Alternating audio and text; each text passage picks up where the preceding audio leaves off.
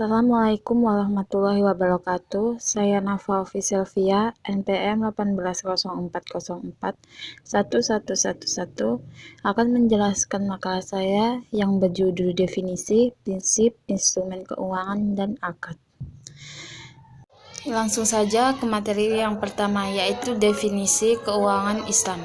Karakteristik keuangan sistem Islam. Yang pertama, nilai ketuhanan. Menurut Yusuf Qaradawi, ekonomi Islam adalah ekonomi yang berdirikan kepada Allah.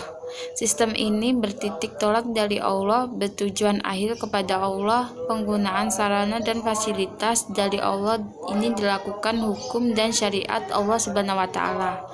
Ketika seorang muslim menggunakan atau menikmati sesuatu di dunia ini, secara langsung ia telah melakukan ibadah kepada Allah dan merupakan sebuah kewajiban baginya untuk mensyukuri segala nikmatnya yang telah diberikan kepadanya berdasarkan nilai filosofis ini. Dalam ekonomi syariah muncul sebagai norma yang disebut norma al-istikhlaf. Adanya norma al-istikhlaf ini makin mengukuhkan norma ketuhanan dalam ekonomi syariah. Sebab seorang muslim percaya bahwa ia makhluk Allah.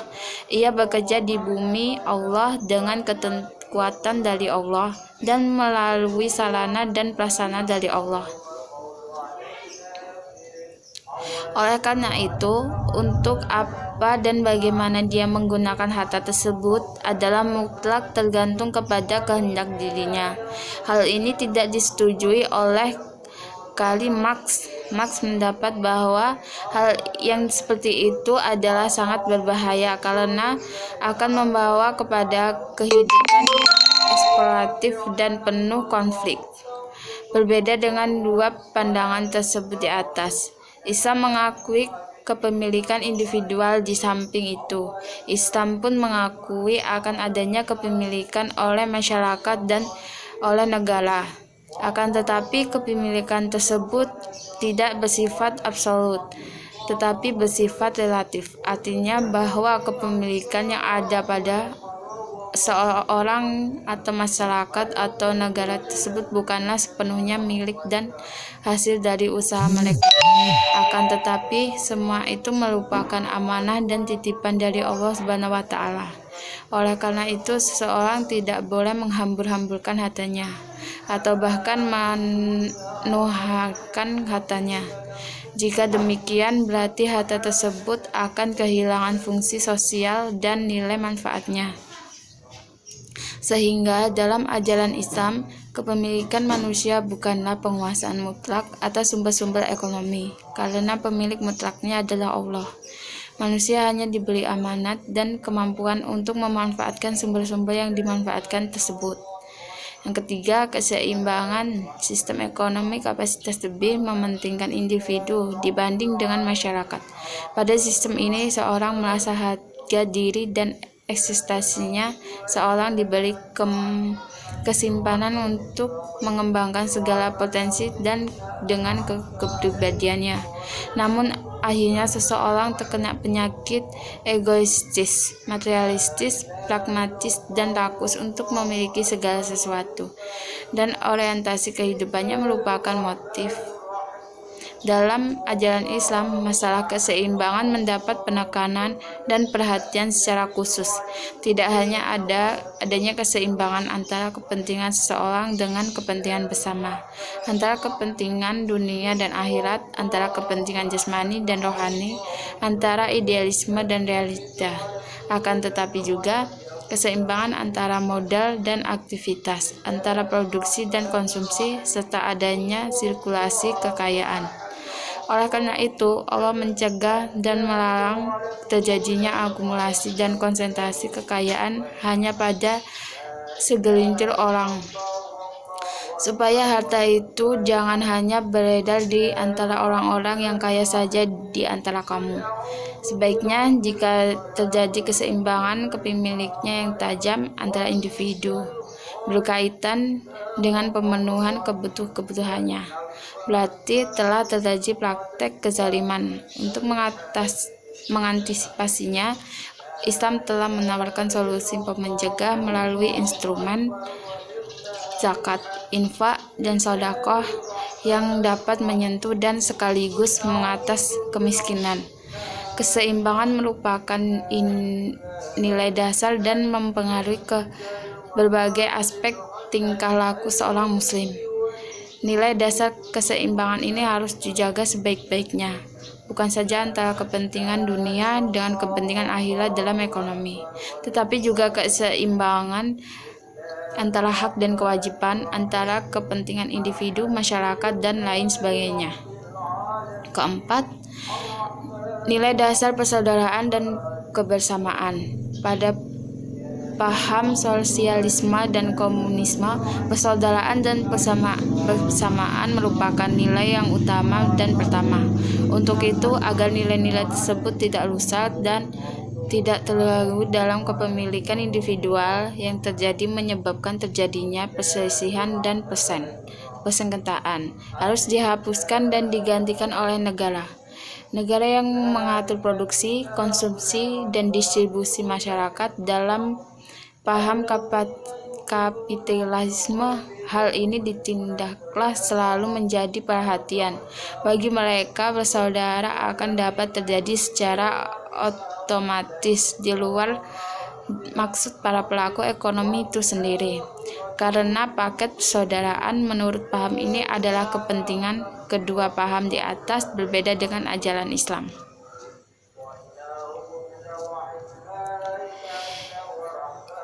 B. Instrumen sistem keuangan, yaitu tiap sistem ekonomi memiliki nilai instrumental sendiri. Adapun nilai instrumental sistem ekonomi kapitalis adalah persaingan sempurna, kebebasan keluar masuk pasar tanpa restriksi, serta informasi dan bentuk pasar yang otomistik, monopolistik. Sedangkan nilai instrumental sistem ekonomi Marxis antara lain adalah adanya perencanaan ekonomi yang bersifat sentral dan mekanistik, serta pemilikan faktor-faktor produksi oleh kaum proletar secara kolektif.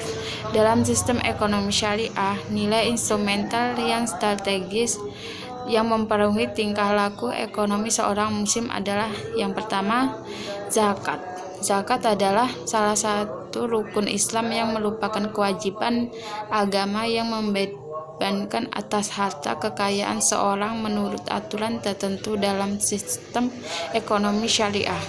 Zakat merupakan sumber pandangan negara di samping pajak al-fadli, ghanimah, dan harus dibagikan kepada yang berhak menerimanya. Yang kedua, pelanggaran riba. Secara harfiah, arti riba bertambah atau pengembangan. Sedangkan menurut istilah riba adalah tambahan dan pembayaran hutang sebagai imbalan, jangka waktu yang terpakai selama hutang tersebut dibayar. Yang ketiga, kerjasama ekonomi. Kerjasama merupakan watak masyarakat ekonomi menurut ajaran Islam. Kerjasama harus tercermin dan dalam segala tingkah kegiatan ekonomi, produksi, distribusi, dan barang maupun jasa.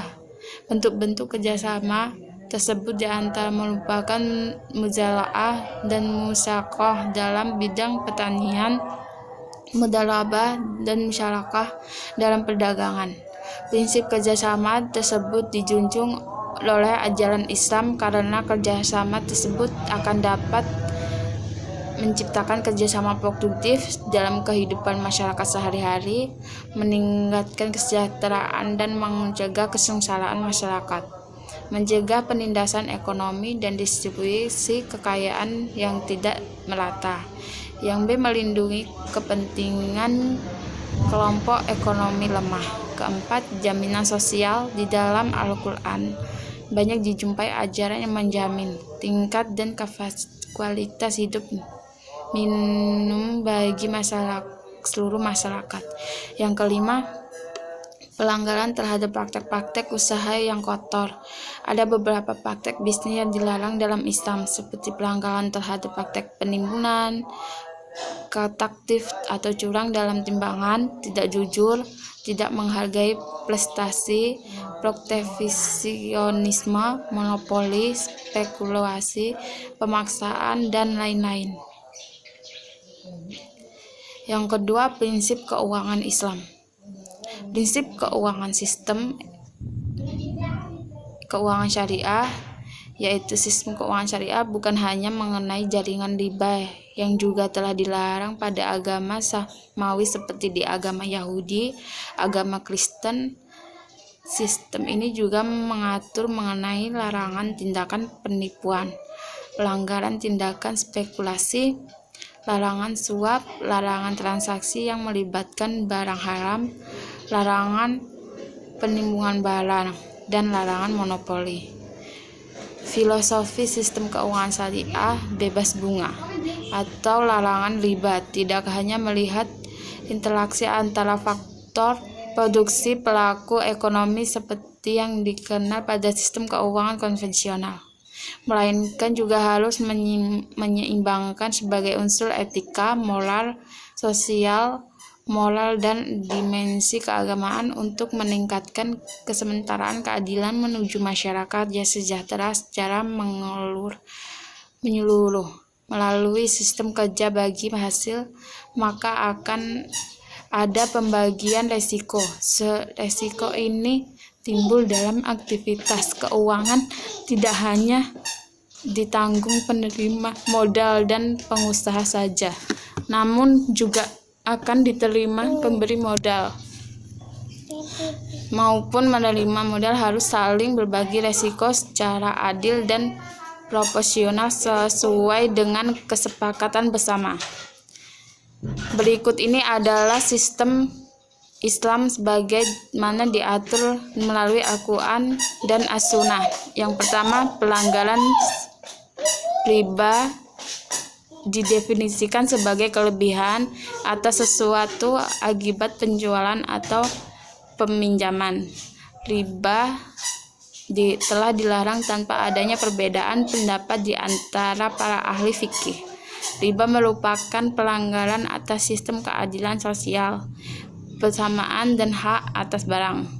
Pembagian resiko ini merupakan konsekuensi logis dari pelanggaran riba yang menetapkan hasil dari pemberian modal di muka. Sedangkan melalui pembagian resiko, maka pembagian hasil akan dilakukan di belakang yang besarnya bergantung dari hasil yang diperoleh. Yang ketiga, menganggap uang sebagai modal potensial dalam masyarakat industri dan perdagangan yang sedang berkembang saat ini. Fungsi uang tidak hanya sebagai alat tukar saja, tetapi juga sebagai komoditas. Yang ketiga, larangan melakukan kegiatan spekulatif. Hal ini sama dengan pelanggaran untuk transaksi yang memiliki tingkat ketidakpastian yang sangat tinggi. Yang kesucian kontrak. Oleh karena itu, Islam menilai penilaian sebagai suatu yang tinggi nilainya sebagai seluruh kewajiban dan pengungkapan yang terkait dengan kontrak harus dilakukan. Yang aktivitas harus sesuai syariah. Seluruh kegiatan tersebut haruslah merupakan kegiatan yang diperoleh menurut syariah. Jadi, prinsip keuangan syariah mengacu pada prinsip rela dan sukarela, tidak ada pihak yang menzalimi dan dizalimin. Hasil usaha muncul bersama biaya dan untung muncul bersama resiko. Yang ketiga, instrumen keuangan. Menurut Sinul Hayati dan Wasilah tahun 2009, instrumen keuangan syariah dapat dikelompokkan sebagai berikut. Yang pertama, akad investasi yang merupakan jenis akad tijarah dengan bentuk unkilini kontrak. Kelompok ini adalah sebagai berikut. Yang pertama, murabahah, yaitu bentuk kerjasama antara dua belah pihak atau lebih, di mana pemilik modal mempercayakan sejumlah modal kepada pengelolaan untuk melakukan kegiatan usaha dengan hibah bagi hasil. Yang ketiga, Musyarakah adalah akad kerjasama yang terjadi antara para pemilik modal untuk menggabungkan modal dan melakukan usaha secara bersama dalam suatu kemitraan dengan nisbah bagi hasil sesuai dengan kesepakatan. Sedangkan kerugian ditanggung secara proporsional sesuai dengan kontribusi modal. Yang ketiga, sukuk adalah surat utang yang sesuai dengan prinsip syariah. Yang keempat, saham syariah. Produknya sesuai dengan syariah. Yang kedua, akad jual beli atau sewa menyewa dan merupakan jenis akad ijarah dengan bentuk certain kontrak. Kelompok akad ini adalah sebagai berikut. Murabahah adalah transaksi penjualan barang dengan menyatakan biaya memperoleh dan keuntungan yang disepakat antara jual dan pembeli. Yang kedua, salam adalah transaksi jual beli di mana barang yang menjual belikan belum ada. Yang ketiga, salah istina memiliki sistem yang mirip dengan salam. Namun, dalam istina pembayaran harus dilakukan di muka, kecicilan dalam beberapa atau ditangguhkan dalam jangka waktu tertentu. Yang keempat, ijarah adalah akad sewa menyewa antara pemilik objek sewa dan penyewa untuk mendapatkan manfaat atas objek sewa yang disewakan. Yang ketiga, akad lainnya yaitu jenis satu syaraf adalah perjanjian jual beli suatu valuta dengan valuta lainnya. Yang kedua, wadiah adalah akad penitipan dari pihak yang mempunyai uang atau barang kepada pihak yang menerima titipan dengan catatan kapanpun titipan diambil pihak penerima titipan wajib menyerahkannya. Yang ketiga, walhul hasan adalah pinjaman yang tidak mempersyaratkan adanya imbalan. Yang keempat, al-wakalah adalah jasa pemberian kekuasaan dari satu pihak ke pihak lainnya. Yang kelima, kafalah adalah perjanjian pembelian jaminan atau penanggungan atas pembayaran utang satu pihak dengan pihak lainnya. Yang keenam, hiwalah adalah pengalihan utang atau piutang dan dari pihak pertama kepada pihak lain atas saling mempercayai. Yang keempat, akad keuangan syariah. Prinsip utama keuangan syariah itu ada 10, yaitu yang pertama mudharabah, yaitu akad antara pemilik modal dan pengelolaan dananya. Yang kedua, musyarakah, yaitu akad kerjasama antara dua pihak atau bisa lebih pemilik modal untuk membangun usaha. Yang ketiga, wadiah, merupakan amanat titipan modal dari satu pihak kepada pihak kedua. Yang keempat, mudharabah, yaitu akad jual beli yang dilakukan oleh dua orang bank dan bertindak sebagai penjual dan nasabah yang meminta sebagai suatu produk kepada bank. Yang kelima, salam, yaitu dan beli suatu produk dengan harga pokok yang sudah disepakati bersama di mana pihak bank berlaku sebagai pembeli dan nasabah penjual sebagai penjual. Yang keenam, istina, hampir sama dengan salam, perbedaannya pada penyelesaian transaksi yang bisa dilakukan dengan cara dicicil. Yang ketujuh, ijarah, yaitu akad sewa menyewa yang akan memindahkan hak guna suatu produk jasa pada orang yang lain dengan harga yang disepakati. Yang kedelapan, qard, yaitu perjanjian peminjaman dana dengan tanpa maksud mendapatkan keuntungan yang kemudian dapat diminta pengembaliannya dari nasabah yang dapat dimanfaatkan untuk berbagai kebutuhan mendesak.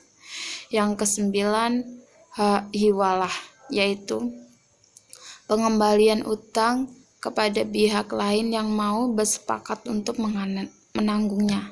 Yang kesepuluh, wakalah, yaitu akad untuk memberikan kuasa dari satu pihak kepada pihak lainnya untuk mewakili melakukan segala urusan dengan balasan kewenangan tertentu.